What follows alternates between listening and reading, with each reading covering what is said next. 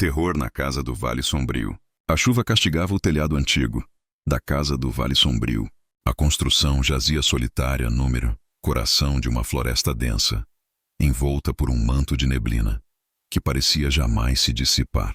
Diziam que a casa era amaldiçoada, que ecos de gritos podiam ser ouvidos nas madrugadas mais frias e que aqueles que ousavam passar uma noite ali jamais voltavam os mesmos, se é que voltavam. Eu não acreditava em lendas. Jornalista cético, meu trabalho era desvendar mistérios, não perpetuá-los. Quando recebi a dica de que algo sinistro havia acontecido recentemente na velha casa, não hesitei. Coloquei minha capa de chuva, peguei minha câmera e um gravador e parti rumo ao Vale Sombrio. O caminho era traiçoeiro, com árvores retorcidas que pareciam sussurrar segredos antigos ao vento. Assim que cheguei à entrada da casa, uma sensação gelada percorreu minha espinha. O portão de ferro rangia ao sabor do vento, e as janelas quebradas pareciam olhos vazios me observando. Ainda assim, empurrei a porta, pesada, e entrei. O ar cheirava a mofo e algo mais, algo ferroso como sangue seco. Acendi minha lanterna, iluminando o vasto salão principal. O piso de madeira rangia sob meus pés, e teias de aranha pendiam como cortinas macabras. Havia marcas estranhas nas paredes, como se unhas afiadas tivessem arranhado o gesso. Ao na longe, um relâmpago iluminou brevemente o ambiente, revelando uma escadaria em espiral que levava ao andar superior. Vamos acabar logo com isso, murmurei para mim mesmo, tentando afastar o desconforto crescente. Subi os degraus com cuidado, cada passo ecoando pela casa vazia. No topo da escada, um corredor longo se estendia, com portas dos dois lados. Escolhi a primeira à esquerda e empurrei devagar.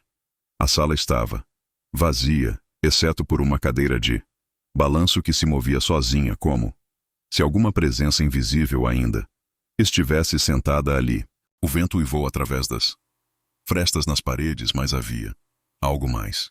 Um murmúrio suave, quase imperceptível. Apertei os olhos, tentando identificar a origem do som. Parecia vir do fim do corredor.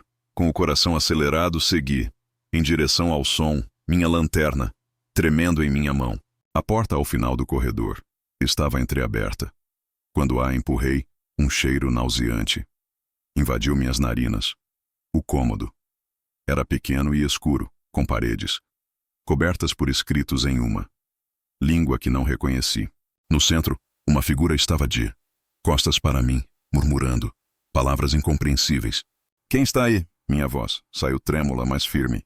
A figura havia desaparecido, mas as marcas nas paredes pulsionavam, como se unhas afiadas tivessem arranhado o gesso.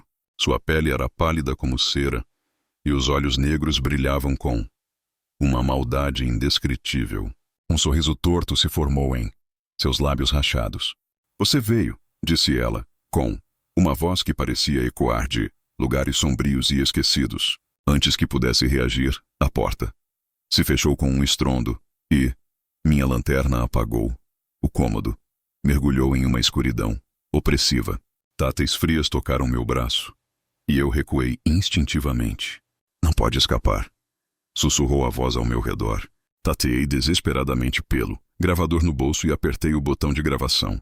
Estou preso na casa do Vale Sombrio, falei, minha voz embargada pelo medo.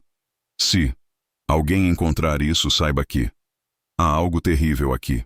O riso dela ecoou pelo cômodo, multiplicando-se em centenas de vozes.